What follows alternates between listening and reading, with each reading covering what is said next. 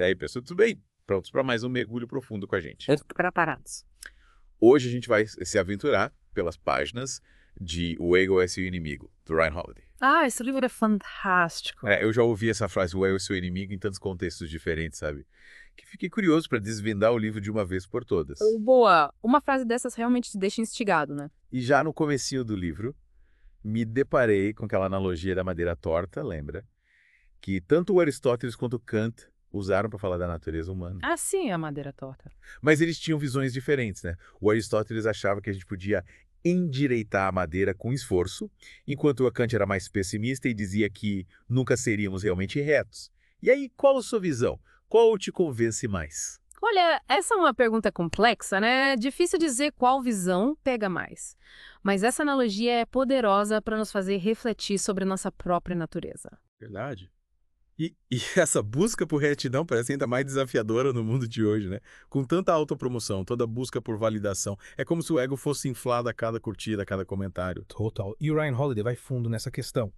Ele deixa claro que o ego é um inimigo constante, principalmente para quem busca crescer, ter sucesso, e o pior é que ele se manifesta de formas diferentes em cada fase da nossa jornada. O livro fala bastante sobre essas fases, né? Aspiração, sucesso, fracasso. Sim. Em cada uma delas, o ego age como um sabotador. Na aspiração, ele nos enche de expectativas irreais, de ilusões. Aí quando a gente chega no sucesso, corre o risco de ser cegado pela arrogância e pelo excesso de confiança. Eita. E se a gente tropeça e cai no fracasso, o ego impede a gente de aprender com os erros, de levantar e seguir em frente. Puxa vida. É como se ele estivesse sempre pronto para nos puxar para baixo, né? Exatamente. E para ilustrar o perigo do ego descontrolado, o Ryan Holiday conta a história do General William Tecumseh Sherman, né? Sim.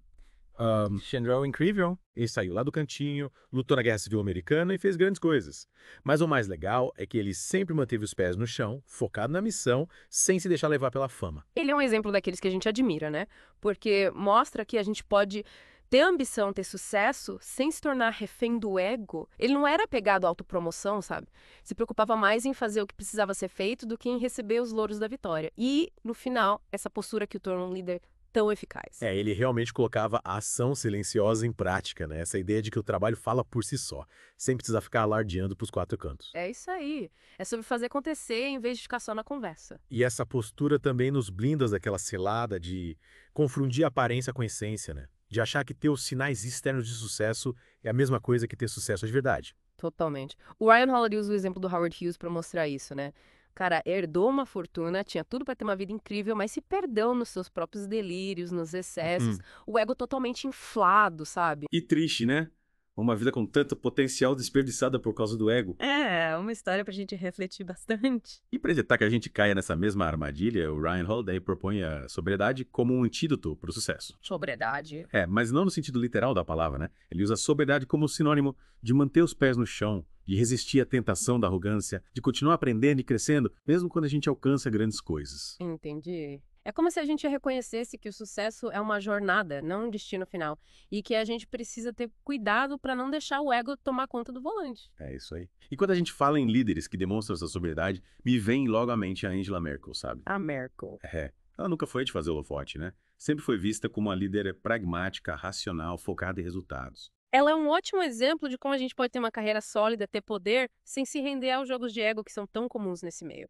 A força dela estava justamente na sobriedade, na capacidade de trabalhar de forma consistente, sem precisar ficar se autopromovendo. E pra gente navegar nesse mar de ego e ambição, o Ryan Holiday resgata a doutrina do meio termo do Aristóteles. A doutrina do meio termo. Ele sugere que a gente precisa encontrar o equilíbrio, evitar os extremos, buscar a zona ideal entre dois polos. Faz sentido. É como se a gente estivesse num cabo de guerra entre a insegurança e a arrogância, e a gente precisa achar o ponto de equilíbrio para ter uma vida mais plena, mais produtiva. É isso aí. E essa busca pelo equilíbrio exige autoconhecimento, né?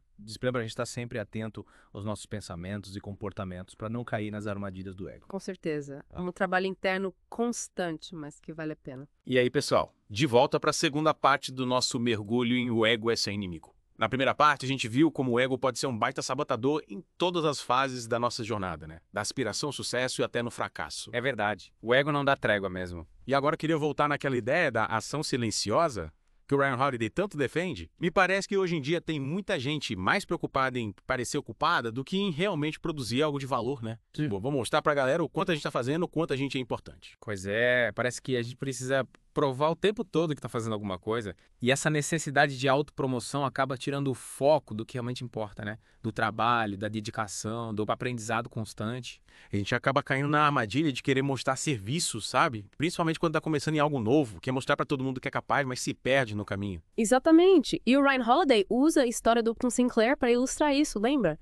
Ele tinha planos ambiciosos para acabar com a pobreza na Califórnia e escreveu um livro inteiro sobre o assunto. É mesmo. Mas sabe o que ele fez? Tudo isso antes mesmo de se candidatar a governador. Gastou tanta energia falando sobre suas intenções que acabou perdendo a eleição. Que pena. Parece que ele deixou o ego falar mais alto e esqueceu de colocar a mão na massa, né? É, parece que sim. E essa história me lembrou de outro ponto importante do livro, a diferença entre paixão e propósito. Hoje em dia a gente ouve muito aquela frase, siga sua paixão. Mas será que isso é suficiente? Boa pergunta. O Ryan Holiday nos convida a questionar se a paixão, sem um propósito claro, pode acabar nos levando para um caminho meio tortuoso, sabe? Entendi. É tipo ter um carro potente, mas sem saber para onde ir. Exatamente. É como se a paixão fosse o combustível, mas o propósito fosse o mapa. Sem um destino definido, a gente fica dando voltas em círculos, gastando tempo e energia à toa. E como a gente descobre esse mapa, esse propósito? Essa busca pode ser bem desafiadora, né? Com certeza.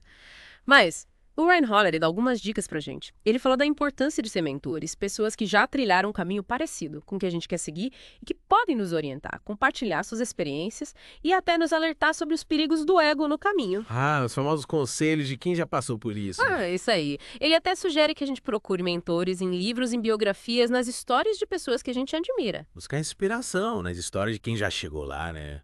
Faz sentido. E nesse processo de aprendizado com os mentores, a humildade é fundamental. O ego adora nos cegar para os nossos pontos fracos, sabe? Ele impede a gente de receber feedback, de aprender com os outros. Quando a gente se acha o dono da verdade, acaba fechando as portas para novas ideias, né? E limita o próprio crescimento. Exatamente. E falando em crescimento, o livro explora a importância de abraçar o anti-âmbulo, né? E estar disposto a começar de baixo, a fazer o trabalho sujo, a aprender com os mais experientes.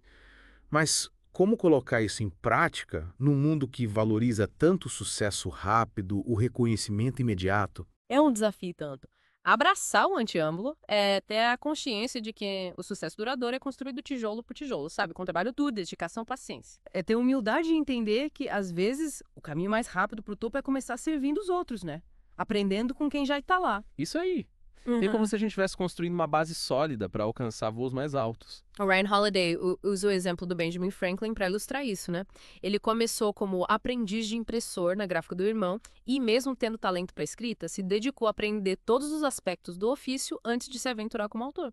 Ele realmente abraçou o antiâmbulo e se tornou um dos caras mais influentes e completos da sua época. É verdade. É uma baita inspiração pra gente, né? Total. E essa disposição para aprender, para se aperfeiçoar, é fundamental para a gente lidar com os desafios que aparecem do caminho, né? E, por falar em desafios, o livro também fala sobre a importância de estar preparado para lidar com as críticas. As críticas, essas são um prato cheio pro ego, né? A gente tende a encarar as críticas como um ataque pessoal, quando na verdade elas podem ser uma baita oportunidade de aprendizado. Exatamente. Quando a gente se fecha para a crítica, perde a chance de evoluir, de corrigir os erros, de alcançar o nosso potencial máximo. E o Ryan Holiday usa o exemplo do Jackie Robinson para mostrar como a gente precisa estar preparado para enfrentar as adversidades, os ataques, sem perder a cabeça. Nossa, o Jackie Robinson, ele foi o primeiro jogador negro a integrar a liga principal de beisebol nos Estados Unidos, né? Ele sabia que seria alvo de preconceito, de hostilidade, mas se manteve firme no seu propósito, usando a habilidade e a determinação para abrir caminho para outros jogadores negros. Uma história de superação incrível. E ele abraçou o antiâmbulo de uma forma muito mais desafiadora do que a maioria da gente jamais vai ter que enfrentar. E mesmo diante de tanta injustiça, ele se manteve focado no objetivo, sem se deixar contaminar pelo ódio. É uma lição e tanto pra gente, né? Com certeza. A vida é cheia de desafios, de injustiças. E a gente precisa estar preparado para lidar com isso de forma construtiva, sem perder de vista os nossos valores, nossos objetivos. E o Ryan Holiday nos convida a buscar inspiração em figuras como Sherman, a Angela Merkel, a Katharine Graham. Pessoas que souberam lidar com os desafios sem se deixar dominar pelo ego. É verdade. São tantos exemplos inspiradores. E a grande lição que a gente tira dessa imersão em O Ego é Seu Inimigo até agora é que o ego é um oponente poderoso, mas que a gente